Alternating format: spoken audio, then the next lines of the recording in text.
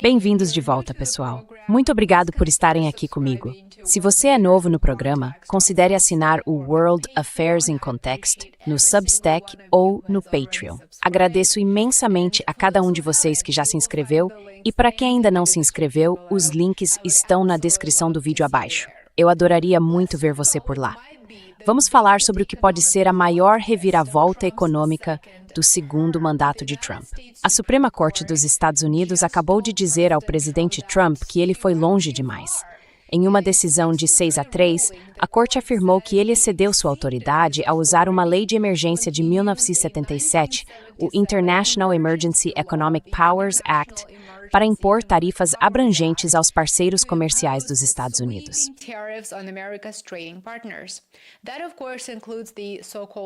Isso, é claro, inclui as chamadas tarifas recíprocas e taxas separadas direcionadas à China, ao Canadá e ao México. Agora, o que isso significa em termos simples? Bem, significa que a Corte afirmou que não se pode usar poderes de emergência dessa forma para reescrever a política comercial dos Estados Unidos. Ela considerou as tarifas de Trump ilegais. E isso é algo importante, porque as tarifas têm sido a arma econômica favorita de Trump. A decisão da Suprema Corte vai remodelar não apenas a política comercial dos Estados Unidos, mas também a trajetória da economia americana rumo a 2026.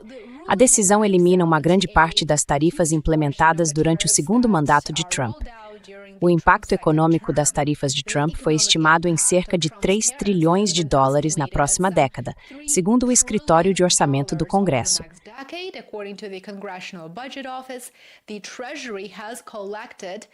O Tesouro arrecadou mais de 133 bilhões de dólares em impostos de importação, de acordo com dados federais publicados em dezembro de 2025. Mas é aqui que a situação fica muito interessante. E isso, é claro, não significa o fim das tarifas. A Constituição concede ao Congresso o poder de impostos e taxas. Isso é muito claro. No entanto, ao longo das décadas, os legisladores delegaram partes dessa autoridade ao Poder Executivo por meio de várias leis comerciais.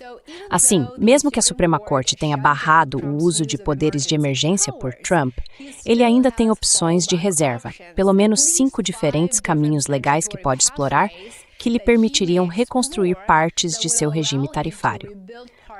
A questão é que essas 5 alternativas que acabei de mencionar, são mais lentas e potentes.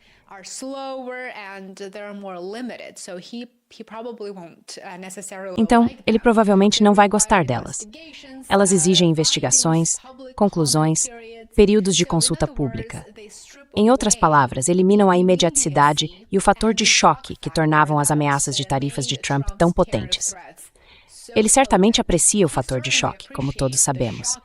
E isso importa, porque parte da influência de Trump não vinha apenas das próprias tarifas, mas da ameaça crível de que ele poderia impô-las da noite para o dia, até mesmo por causa de um comentário feito por um líder estrangeiro. E essa ferramenta acabou de ser destruída pela Suprema Corte.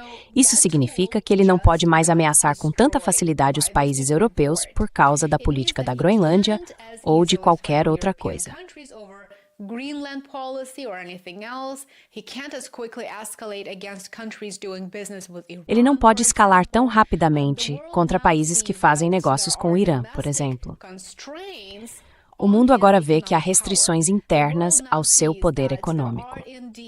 O mundo também vê que existem limites legais reais aos poderes presidenciais imperiais. Mas aqui está o ponto que ninguém na Casa Branca está enfatizando hoje. A derrota pode, na verdade, ser uma oportunidade política para o governo Trump. E deixe-me explicar o que quero dizer com isso. Tarifas não são populares. E não têm sido populares porque aumentam os preços dos alimentos, dos bens de consumo e dos produtos importados em geral.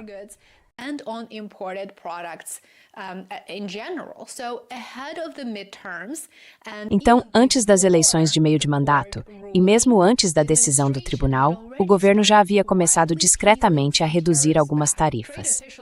Autoridades de comércio basicamente admitiram isso. Elas dizem que uma reinicialização sempre foi provável em um projeto dessa magnitude, e alguns ex-funcionários de comércio do governo Trump acreditam que talvez já tenhamos atingido o pico das tarifas. Agora, antes da decisão, a tarifa média aplicada pelos Estados Unidos havia subido de cerca de 2% para mais de 15%.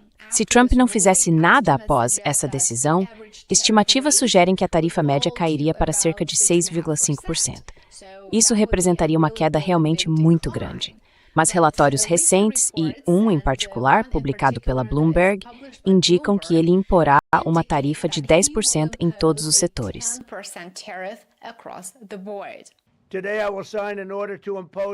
Hoje assinarei uma ordem para impor uma tarifa global de 10% sobre a seção 122, além das tarifas normais que já estão sendo cobradas.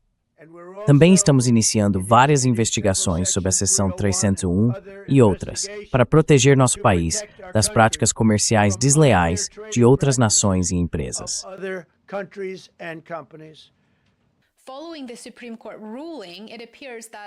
Após a decisão da Suprema Corte, parece que o governo Trump pode reconstruir a política tarifária de forma mais restrita.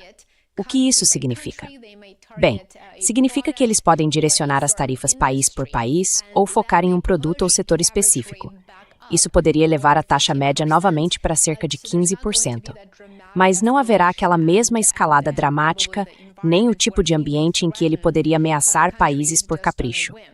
A Suprema Corte anulou as tarifas, mas não decidiu o que acontece com o dinheiro já arrecadado, e esse é um grande ponto do dilema.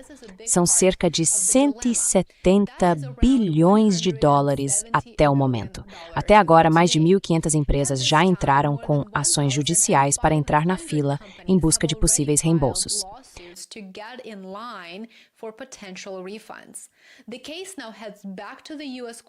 O caso agora retorna ao Tribunal de Comércio Internacional dos Estados Unidos para resolver o que pode se tornar um pesadelo logístico.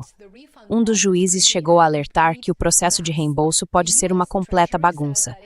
O Tesouro dos Estados Unidos afirma que tem dinheiro suficiente em caixa para pagar os reembolsos, caso seja ordenado, o que provavelmente acontecerá. Mas, é claro, esse pagamento pode levar meses, talvez até um ano. E o governo deu a entender que pode tentar limitar a elegibilidade, especialmente se as empresas tiverem repassado o custo aos consumidores. Então agora há outro dilema político e mais uma camada nesse caos, nessa confusão completa. Se as empresas receberem reembolsos enormes, elas ficam com o dinheiro? Repassam? Reinvestem?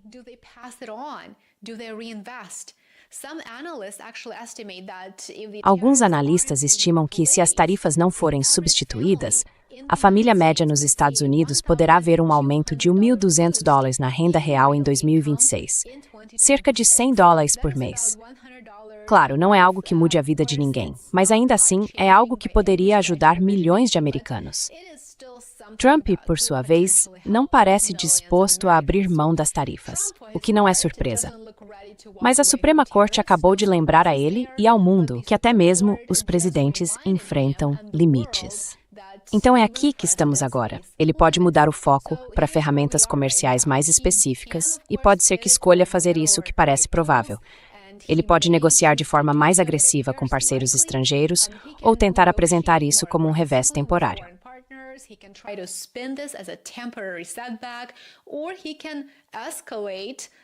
Ou ele pode intensificar a luta politicamente e juridicamente.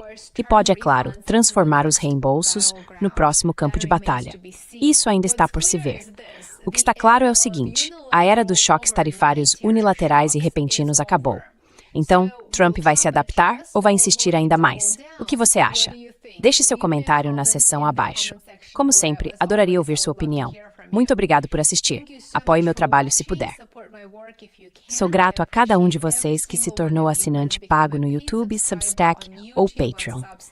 Muito obrigado e também a todos que curtem, se inscrevem e compartilham meu conteúdo.